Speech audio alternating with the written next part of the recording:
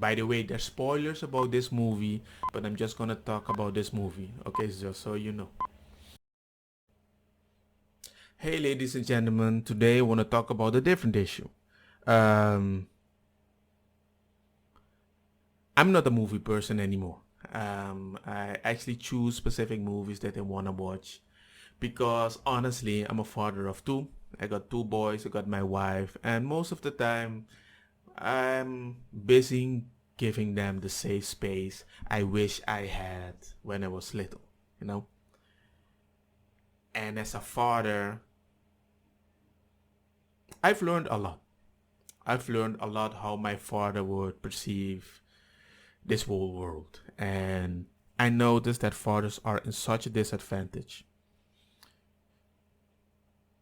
Somebody had to remind me a few days ago that it was Father's Day in Spain, right? And my Facebook feed was so quiet. So quiet. And I don't think that's fair though. And a few days ago, yeah, there was this movie that I watched called Saint Vincent. It was about this dude, you know, like the usual angry neighbor man that doesn't want to be bothered, you know. And a new random neighbor comes in, and the little kid gets along with a very weird person, you know, the strong, angry, weird man that has nothing to live for. And it was suggested by a friend, like, hey, let's watch this movie.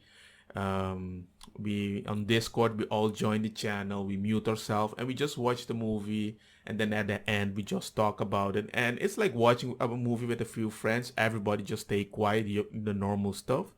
But it's the way how we handle it in in the pandemic. But it's actually useful, and I just did not expect what was gonna happen to me on that day. Movie was good and everything, and in the beginning, it seemed like everybody in the movie had something very negative, which I hated.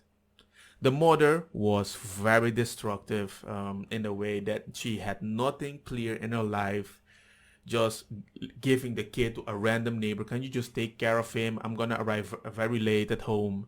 And this dude was, you know what, amen. You want sushi? I'm gonna give you a few biscuit and tuna. And the kid was just there, and the mother was like, well, can he stay more times? Can I pay you? And it was like the agreement with the old dude. And the old dude was like very rough. And a very rough way. And it was like so cliche, like dude taking advantage of the kid, letting mow the lawn and stuff. But the kid was happy because the kid was like, I can be myself because he isn't like all over me, but he keeps talking very hard at me. Took him to bars, places that you're not supposed to take kids and stuff. And it was like the wrong thing to do. So the old man was wrong, the wife was wrong, they all had negative trait, and this old dude was dating like this young lady of the night, which was also pregnant, and it was like, man, what the heck is going on? So it was such a messy situation. But I realized that's a punchline, you know. In this movie, there's always a punchline. I'm like, well, where is this movie going? And I'm gonna tell you, I wasn't ready for this at all. 100%. And I really enjoyed the movie, and I don't think I can watch this movie again without bursting into tears like I did. Whew. You guys have no idea how hard I was bawling my eyes out. Like big time. Big time. I never thought I would cry so much for my father. How dumb I've been for not recognizing his struggle. No? And I don't think I'm the only one. Because at the end of this movie, we realized that While being a very shitty person, the dude had an amazing heart. For example, they went to the racetrack where the horses race, and so what happened is the kid suggested to bet on a specific horse. They won a bunch of money. The old dude decided, let's go to the bank. I'm gonna open an account, so I'm gonna make you a man. And he invested like a certain amount in the account of the kid. But the dude had some money troubles, so he had to go back to the bank. The bank told him, you don't have any money. But he said, yeah, but the one of my grandson that I just opened, can you just give me that money out? But you can see in his face and expression, it's like, I'm doing something wrong. He was a man struggling with a lot more than he was supposed to, but he wasn't telling anybody. And in the end, he was owing some loan sharks some money. They came to this house, they start ruffling him a little harder than they were supposed to, and he kind of had like a heart attack, and his body was freaking paralyzed. So this kid decided to help him, push him and everything. And I thought, oh no, this lady of the night is gonna abandon him. Nope, lady of the night helped him anyway. And it was like, okay, everybody is bad, but everybody seems to be good. He was getting angry at the old man, but the kid kept forcing him, I'm gonna help you, to talk and everything. The mother even got involved. And I noticed there was such a teamwork there in this different amount of people with trouble, that everybody is nicer than they're supposed to be. But especially for this old man, people saw something in him that nobody else saw, which is very beautiful. But if you think about in a real life situation, it doesn't happen a lot. Nobody gives most men such an attention. Especially back in the day, the only reason men are getting so much attention right now is because we have Facebook and we get some likes when we put a beautiful quote about our father. It didn't happen back then.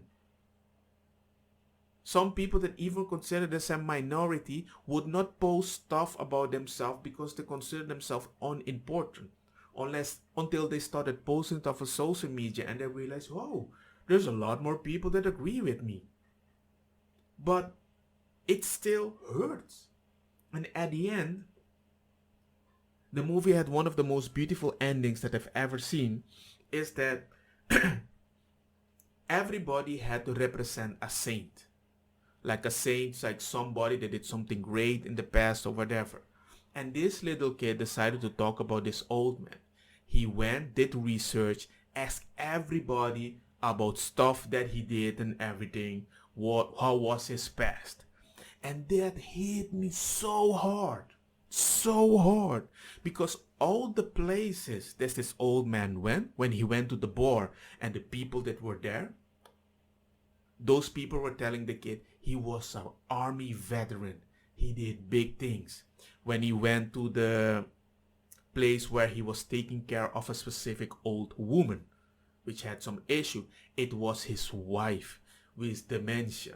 And it was everywhere. It was like punch after punch after punch after punch, because he was a hero in battle. He fought some soldiers and he defended his collie, and it was like whoa, whoa, whoa, whoa. It was like so realistic, overwhelming, that made me realize maybe some of these people with such a bad attitude receive such a stupidly harsh card dealt in their life that we don't appreciate. And just because they look like a shitty person, we give them shit forever. And that really messed me up. It really messed me up. It did make me realize how bad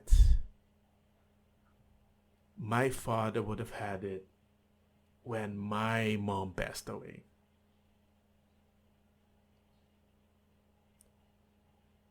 And it breaks my heart big time.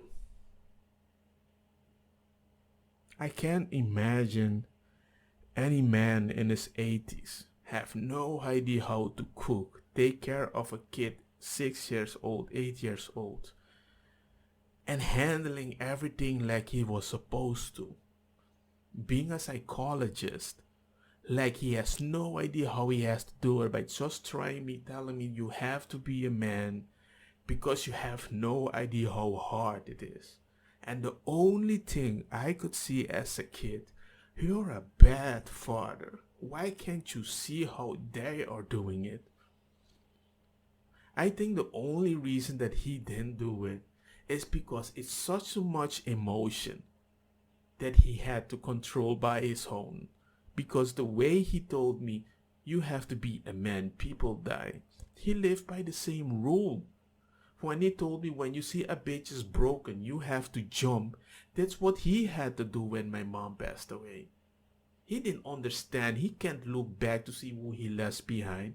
Because when he jumped by his stand, he's jumping with us. He's not looking for any help anywhere else. And it's so weird and stupid and dumb that I can only realize that because some stupid movie opened my eyes. And I think there should be resources for those stuff. It sucks. Right now, I can only regret that I didn't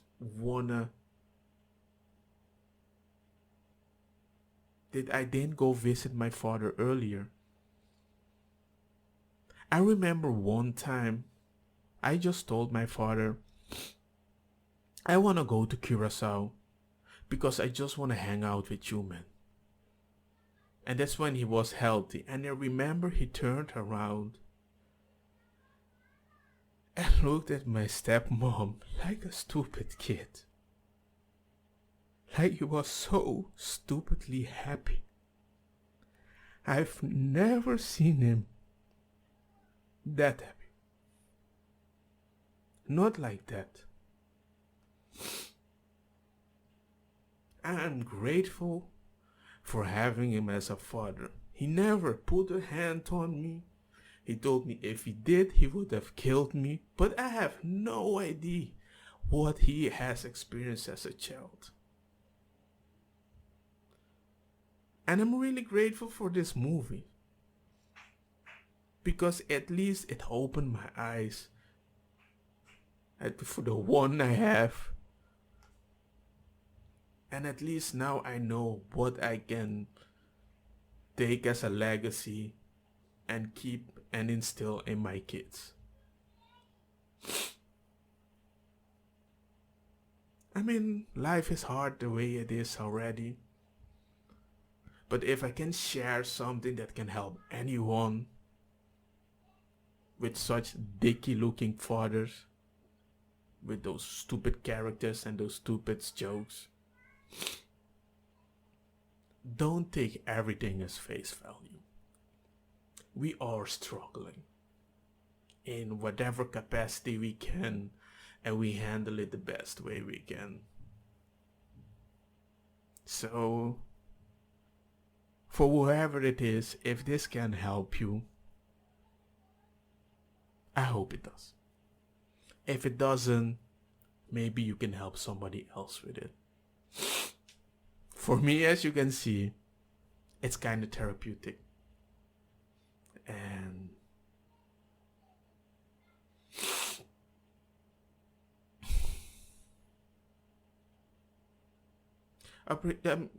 just appreciate your father while he's there. Okay? The world is already hard enough as it is. Take care.